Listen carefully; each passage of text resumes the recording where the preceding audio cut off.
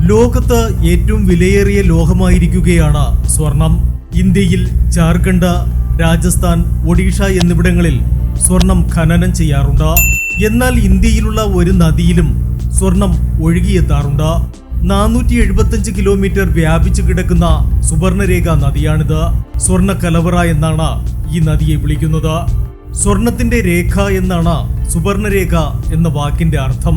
പേര് സൂചിപ്പിക്കുന്നത് പോലെ തന്നെ ശുദ്ധമായ സ്വർണം വഹിച്ചുകൊണ്ടാണ് ജാർഖണ്ഡിലൂടെ ഈ നദി ഒഴുകുന്നത്. ജാർഖണ്ഡിലെ വനമേഖലയിൽ നിന്ന് ആരംഭിച്ച് പശ്ചിമ ബംഗാളിലൂടെ ഒഡീഷയിലെത്തി സമുദ്രത്തിലേക്ക് ചേരുന്ന നദിയാണ് സുവർണരേഖ. ജാർഖണ്ഡിലെ രത്നഗർഭ മേഖല ഈ നദിയുടെ പ്രധാന സഞ്ചാരപാതകളിൽ ഒന്നാണ്. ഇവിടെ ഈ നദിയുടെ കൈവഴിയാണ് കർക്കരി. രത്നഗർഭ മേഖലയിൽ ഈ രണ്ട് നദികളുടെയും മണൽ ശേഖരത്തിൽ സ്വർണ്ണത്തരികൾ വലിയ അളവിൽ കണ്ടെത്താൻ സാധിക്കും. ലോകത്തിലെ തന്നെ അത്യപൂർവ മേഖലകളിൽ മാത്രം കാണപ്പെടുന്ന ഒരു പ്രതിഭാസമാണിത്. അതേസമയം സുവർണരേഖയിലെ ഈ സ്വർണ്ണ സാന്നിധ്യത്തെ പറ്റി വ്യക്തമായ ഉത്തരം നൽകാൻ ഗവേഷകർക്കും ഇതുവരെ സാധിച്ചിട്ടില്ല.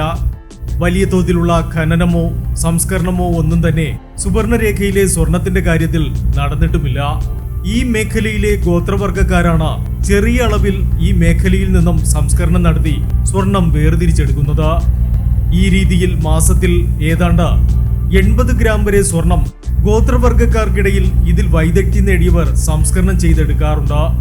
മൺസൂൺ സമയത്തൊഴികെ മറ്റെല്ലാ സമയത്തും ഇത്തരത്തിൽ സ്വർണ്ണ സംസ്കരണം ഗോത്രവർഗക്കാർ നടത്താറുണ്ട്.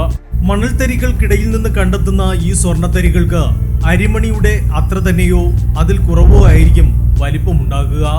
റാഞ്ചിയിലെ തന്നെ പിസ്ക ഗ്രാമത്തിലാണ് ഈ സ്വർണ്ണ വേർതിരിച്ചെടുക്കൽ ആദ്യം തുടങ്ങിയത്. തുടക്കത്തിൽ നദിയുടെ അടിത്തട്ടിലായിരുന്നു സ്വർണത്തിന്റെ സാന്നിധ്യം കണ്ടെത്തിയത്. തുടർന്ന് മണൽത്തരികൾക്കിടയിലും സ്വർണത്തിന്റെ സാന്നിധ്യം കണ്ടെത്തുകയായിരുന്നു. Business desk, gold മാഗ്സ്.